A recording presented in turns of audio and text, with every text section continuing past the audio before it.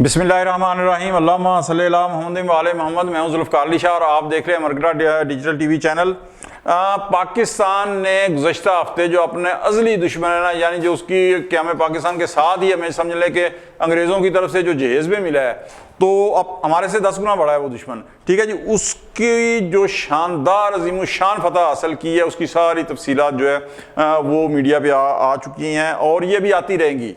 ये अभी आती रहेंगी, आ रही हैं और कब तक आती रहेंगी इसका अंदाज़ा इस बात से लगाइएगा कि मैं आपको छोटी सी एक मिसाल देता हूं कि दूसरी जंग अजीम जो थी वो 1945 के अंदर 1945 में ख़त्म हो गई थी, लेकिन मिड 80s और अर्ली 90s तक भी जो थी ना, यानी 45-50 साल बाद तक जो थी वो उनकी दूसरी जंग अजीम की कहानियाँ, स्टोरियाँ, किस्से, ये सारे के सारे डाइजेस्टों में भी आते रहे, नावलों की शक्ल में भी आते रहे, हत्ता कि हॉलीवुड की फिल्में जो थी वो भी उसके ऊपर बनती रहीं। लेकिन आज के इलाके के अंदर जो है ना, इसमें मैं किसी तफसील में नहीं जाऊंगा कि जाहिर है ये पूरा मीडिया जो है बयान कर रहा है और आने वाले दिनों में भी जिस तरह मैंने कहा कि बयान करता रहेगा, बल्कि इस फतेह मुबीन के जो हीरोज़ हैं उनका जो हक है मैं उस हक के ऊपर बात करूंगा। और ये किसी और इलाके में मैंने कम से कम जो है नहीं सुना कि किसी और ने इसका तस्करा किया हो। बेशक वो सारे खराज तहसीन पेश कर रहे हैं जो इस फतह के हकीकी हीरो हैं, लेकिन जिस हक की मैं बात कर रहा हूँ वो मैंने नहीं, किसी और जगह मैंने नहीं सुना। लिहाजा ये वीलाग पूरा सुनिएगा और अगर मैं सही कह रहा हूँ तो मेरे ये वीलाग को पसंद भी कीजिएगा, लाइक भी कर दीजिएगा और दोस्तों तक भी ज़रूर शेयर कीजिएगा और आखिर तक ये वीलाग जो है ना वो ज़रूर देखिएगा। सबसे पहले मैं बात करूँगा पाकिस्तान के chief of army staff general Asim Munir साहब की, कि जो माशाल्लाह जिसे कहते हैं ना, पहले ही अवाम में पॉपुलर थे, लेकिन इस फतह के बाद, इस अजीम शान फतह के बाद जो है इस वक्त पाकिस्तान की हर दिल अजीज़ जो उसे कहते हैं शख्सियत वो बन चुके हैं। और इनकी क़ियादत में अस्करी क़ियादत ने हिंदुस्तान में जो पाकिस्तान से, जिस तरह मैंने कहा कि 10 गुना बड़ा दुश्मन है, जिस तरह इंतहाई मुख्तसर वक्त में जो फतह हासिल की है, उसकी मिसाल हालिया जंगी तारीख में मैंने नहीं कभी देखी कि जनाब इतनी जल्दी 5 घंटों के अंदर के सरेंडर किया वो। अगर आपको इसका मकसद थोड़ा सा अंदाज़ा करना है ना कि ये कितनी बड़ी फतह और इस मुख्तसर वक्त के अंदर हमें कैसी फतह मिली है अपने से 10 गुना बड़े दुश्मन के ऊपर, तो आप ये देखें कि रशिया और यूक्रेन का कोई मुकाबला नहीं है। लेकिन कितने साल हो गए, लेकिन यूक्रेन सुलह की गुफ्तगू पर भी नहीं आ रहा। ठीक है। सेकंड, 8 साल 80s के अंदर ईरान इराक की जंग होती रही, किसी ने एक दूसरे को हरा नहीं पाया। ठीक है। उसके बाद आप यह देखें कि 1990 के अंदर जब इराक ने कुवैत के ऊपर चढ़ाई की है, कुवैत के ऊपर उसने कब्जा कर लिया, लेकिन उसके बाद जब अमेरिका आया कुवैत की मदद के लिए तो पूरे नेटो फोर्सेस के साथ आया है और इराक के ऊपर जनाब उसने मिस्र का साथ देने के लिए जब कहा तो मिस्र ने कहा कि मेरे तमाम कर्जे माफ़ करो। तो उस वक्त 35 अरब डॉलर थे मिस्र के ऊपर कर्जे, अगर मेरी याददाश्त सही काम कर रही है। 35 अरब जो कर्जे थे वो वे ऑफ किए, उसके बाद मिस्र की फौजें मिली और उसके बाद ये सारे नेटो फोर्सेज और ये सारे मिला के भी कई दिन लग गए थे इराक को शिकस्त देने में। तो आप अंदाज़ा करें कि 5 घंटे के अंदर जिस तरह फतह हासिल हुई है तो ये कितनी बड़ी फतह होगी। अच्छा, अब हक की मैं बात करने से पहले जो हमारे वज़ीर आज़म है मोहतरम, उनका एक बयान जो है जो अखबारात में आया है, जो बुध को उन्होंने दिया है और 14 मई को दिया और 15 मई के अखबारात के अंदर वो बयान छपा है कि उन्होंने कहा कि जनाब हमने हिंदुस्तान से 71 की जंग का बदला ले लिया। मैं 100% मुतफिक हूँ, 100% मुतफिक हूँ मैं अपने मोहतरम वज़ीर आज़म के इस बयान से। लेकिन मैं मियाँ शहबाज शरीफ साहब को याद दिलाना चाहता हूँ कि जनाब जिस 71 जंग का की बात कर रहे हैं, उस जंग के अंदर हिंदुस्तान के जो चीफ ऑफ आर्मी स्टाफ थे जनरल मानिक शाह, जिनकी क़यादत के अंदर इंडिया ने फतह हासिल की थी और सकूते ढाका हुआ था, पाकिस्तान 2 लख्त हो गया था, तो उसी जनरल मानिक शाह को जो है, अच्छा ये मानिक शाह वो अपने वाला शाह नहीं है ये, बल्कि वो दिन शाह वगैरह जो पारसी थे वो शाह है। ठीक है। तो उन जनरल मानिक शाह को हिंदुस्तान ने फील्ड मार्शल का एजाज़ दिया था। तो क्या हमारे जनरल आसिम मुनीर साहब फील्ड मार्शल के एजाज़ के हकदार नहीं हैं? क्या वो मुस्तहिक नहीं है? तो मेरी गुजारिश है, मेरा मुतालबा भी है, मैं एक बड़ा छोटा सा मसवीला करूँ तो मेरी गुजारिश है, मुतालबा भी है कि गवर्नमेंट जो है वो army chief general Asim Munir को फील्ड मार्शल का खिताब दे, ये एजाज़ उन्हें दे। और जो मेरे सुनने वाले हैं उनसे मेरी गुजारिश ये है कि इस ट्रेंड को चलाएँ ताकि गवर्नमेंट को पता चले और गवर्नमेंट जो है वो मजबूर हो आर्मी चीफ को ये खिताब देने के लिए।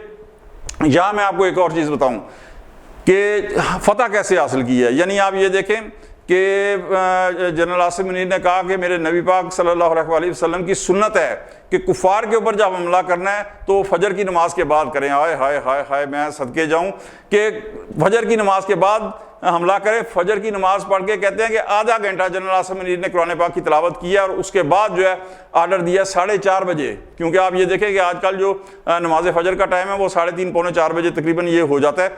तो 4:30 बजे आर्डर दिया और फिर 4:30 बजे पहना आर्डर देता है। तो उसके बाद फिर जिसे कहते हैं ना बेजा बेजा बेजा, तो जनाब फिर हाल ये हुआ है कि वो कहते हैं नरेंद्र मोदी नहीं है, अब इंडिया के अंदर पूरे हिंदुस्तान के अंदर उसे सरेंडर मोदी जो है ना वो कहा जाता है। तो मेरी गुजारिश है कि इस अज़ीम शान फतह का जो हक है वो जो है जनरल आसिम मुनीर साहब को दिया जाए और उन्हें फील्ड मार्शल का खिताब एजाज़ दिया जाए और गवर्नमेंट से पुरजोर जो है इल्तिजा है, गुजारिश है, दरख्वास्त है और देखने वाले भी इस ट्रेंड को चलाएँ। और सेकेंडली सिर्फ जनरल आसिम मुनीर नहीं, सेकेंडली इस फतह के अंदर जनाब जो फ़ज़ाइया पाकिस्तान की फ़ज़ाइया है उसने बड़ा अहम किरदार अदा किया है, बड़ा अहम किरदार अदा किया है। जनरल आसिम मुनीर की क़यादत थी, प्लानिंग सारी उनकी थी, लेकिन उसके बाद फ़ज़ाइया ने बेइंतहा जो है अहम किरदार अदा किया है। हिंदुस्तान की 26 एयर बेसिस को जो है उन्होंने टारगेट किया है, जिसमें उड़ी है, पठानकोट है, उधमपुर है, आदमपुर पूरा, सूरतगढ़ है, उनतीपुरा और राजौरी जो है, ये सारी पोस्ट जो चेक पोस्ट है उनकी मिलिट्री बेसिस है, उन सबको हिट किया है। इसके अलावा ब्यास और ओंतीपुरा जो हैं जिसमें ब्रह्मोस जो मिसाइल हैं उनके अड्डे थे उनको तबाह किया है। अच्छा फिर क्या हुआ, और सबसे अहम जो आदमपुर बेसिस है जहां S-400 रशियन जो वो मिसाइल डिफेंस सिस्टम था जिसके ऊपर जनाब बड़ा नाज था हिंदुस्तान को, वो तबाह किया। और जब वो तबाह हो गया ना तो उसके बाद आप ये समझें कि फ़ज़ाई लिहाज से, दिफाई लिहाज से हिंदुस्तान जो था वो अंधा और जिसे कहते हैं ना बहरा, वो हो गया। और उसके बाद आप यकीन करें, किससे पूछ रहे, ये मैं नहीं कहता, ये पूरा मतलब सब मीडिया को एक ओपन सीक्रेट है कि पाकिस्तान के फ़ज़ाई जहाज़ जो है वो इंडिया के अंदर मतलब आज़ादाना तौर के ऊपर जो थे ना वो मूव कर रहे थे। हत्ता कि दिल्ली के ऊपर पाकिस्तान के जो एयरफोर्स के जहाज़ है वो फ्लाई कर रहे थे। और जिस मेरे जो मकसद माशाल्लाह मैं शेयर कहूँगा कि कामरान मसीह जो फैसलाबाद के उन्होंने तबाह किया ये S-400 सिस्टम, वो कहते हैं इतना जज्बाती हो गया था, उन्होंने कहा मुझे इजाज़त दे मैं जाके दिल्ली के ऊपर भी जो है ना दिल्ली को भी तबाह करूँ, लेकिन उसे वापस बुलाया गया कि नहीं, हमने सिर्फ वही एयर बेसिस तबाह करनी है जहाँ से पाकिस्तान के ऊपर अटैक हुए थे। ठीक है जी। अच्छा एक ये, तीसरा इन्हें भी जो है जो हमारे जनाब सरबराह air chief marshal Zaheer Ahmed Babar हैं फ़ज़ाइया के, उन्हें मार्शल ऑफ द एयरफोर्स का खिताब दिया जाए और एजाज़ दिया जाए, ये भी दरख्वास्त है और उसका भी ट्रेंड चलाएं जो मेरे देखने वाले हैं। अच्छा इसके साथ साथ पाक बहरिया के जो सरबराह हैं एडमिरल नवीद अशरफ साहब, उनको भी एडमिरल ऑफ द फ्लीट का खिताब दिया जाए, इसलिए कि आप सब जो देखने वाले हैं वो इस चीज़ के गवाह हैं कि पूरी दुनिया के अंदर, पाकिस्तान के मीडिया के अंदर भी जनाब टिकर चल गए थे, ब्रेकिंग न्यूज़ें आ गई थी कि जनाब जो इंडिया का बहरी बेड़ा है वो जहाज़ है वो जनाब पाकिस्तान से 300 से 400 नॉटिकल माइल के फासले पर आ गया है। किस लिए? कराची की पोर्ट को हिट करने के लिए। लेकिन जनाब जब हमारे बहरिया के शेर निकले हैं ना तो फिर उसके बाद वो दुम दबा के भागे, उससे आगे आने की जो है ना वो हिम्मत नहीं पड़ी। तो मैं तीनों जो क्या कहते हैं आर्मी चीफ को, आप फील्ड मार्शल का, जो हमारे एयरफोर्स हैं के सरबराह हैं उन्हें मार्शल ऑफ द एयरफोर्स का, और जो हमारे बहरिया के सरबराह हैं एडमिरल नवीद अशरफ साहब, उनको एडमिरल ऑफ द फ्लीट का जो है वो इजाज़ दिया जाए। क्यों कि जनाब ये कोई अजूबा नहीं होगा, ये कोई अजूबा नहीं होगा, क्योंकि इससे पहले आप ये देखें कि जिस तरह मैंने कहा कि इंडिया ने जनरल मानिक शाह को, बरतानिया ने बर्नार्ड मिंटगोमरी को, जर्मनी ने एरन रोमेल जो डेजर्ट फॉक्स के नाम से मशहूर हैं इन्हें, अमेरिका ने डगलस मैकार्थर को और कई दीगर को जो है ना एजाज़ दिए हैं। तो अगर हम सिर्फ उनकी तारीफ़ कर रहे हैं ना, और ये यकीन करें कि मैं आखिर में सिर्फ इतना कहूँगा कि ये पता नहीं कितने अरसे बाद, पिछली एक सदी में देखे पाकिस्तान आलम इस्लाम को ये फतह नहीं नसीब हुई, और अरब जो अखबारात हैं मीडिया ने उन्होंने ये सच कहा है कि हम तो एक अरसा हो गया ये देखते हुए आ रहे थे कि कुफार के जो बारूद है ना उसकी आग जो है मुसलमानों पे बरसती है।